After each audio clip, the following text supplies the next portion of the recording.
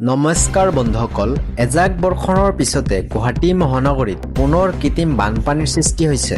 এই মুহূৰ্তৰ খবৰ, পুনৰ কৃত্ৰিম বানৰ কবলত গুৱাহাটী মহানগৰ। এজাক বৰষুণে উদঙাই দিলে মহানগৰীৰ উন্নয়ন। কৃত্ৰিম বানৰ কবলত পৰি দিশাহাৰা হৈছে মহানগৰীবাসী। বৰষুণ দিলেই ভয় কৰে মহানগৰীবাসীসকলে। কৃত্ৰিম বানত ৰাইজৰ হাহাকাৰৰ অৱস্থা। জলমগ্ন মহানগৰী গুৱাহাটীৰ একাধিক অঞ্চল বেলতলা, হাতীগাঁও, পাঞ্জাববাৰী, চাৰবে আৰু জু ৰোডত কৃত্ৰিম বানপানীৰ সৃষ্টি হৈছে।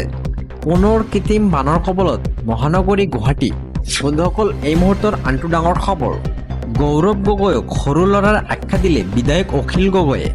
উজনি অসমৰ বানপানীক লৈ চিৰিয়াছ নহয় গৌৰৱ গগৈয়ে। এতিয়া পলিটিকেল গাজাগুৰি কৰাৰ সময় নহয়। মোৰ এটা সমষ্টি, গৌৰৱ গগৈৰ 10টা সমষ্টি পৰিছে বানপানীৰ কবলত। গৌৰৱ গগৈ মোতকৈ বেছি চিৰিয়াছ হ'ব লাগে, মোতকৈ বেছি কষ্ট কৰিব লাগে গৌৰৱ গগৈয়ে। মুখ্যমন্ত্ৰীতকৈও বেছি চিৰিয়াছ নহয় গৌৰৱ গগৈ। এতিয়াও সৰু ল'ৰাৰ দৰে কথা বতৰা কৈ আছে গৌৰৱ গগৈয়ে। গৌৰৱ গগৈয়ে মানুহৰ দুখ বুজি নাপায় নেকি? গৌৰৱ গগৈয়ে মানুহৰ দুখ যন্ত্ৰণা হৃদয়গম কৰক। আহ্বান শিৱসাগৰৰ সমষ্টিৰ বিধায়ক অখিল গগৈৰ। গৌৰৱ গগৈক সৰু ল'ৰাৰ দৰে আখ্যা দিলে বিধায়ক অখিল গগৈয়ে। উজনি অসমৰ বানপানীক লৈ চিৰিয়াছ নহয় গৌৰৱ গগৈ। বন্ধুসকল, এই মুহূৰ্তৰ আনটো ভয়ংকৰ খবৰ এতিয়াই চাওক।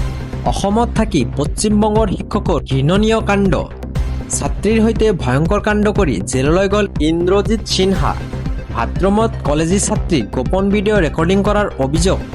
ধুবুৰী এখন সংস্কৃত শিক্ষা কেন্দ্ৰৰ শিক্ষক হিচাপে কৰ্মৰত আছিল ইন্দ্ৰজিতে। ধুবুৰী পিয়াৰী মোহন লেনৰ এটা ভাড়াঘৰত থাকে ইন্দ্ৰজিৎ সিনহাই। কাষৰে ভাড়াঘৰত থকা ছাত্ৰীৰ গোপন ভিডিঅ' কৰিছিল ইন্দ্ৰজিতে।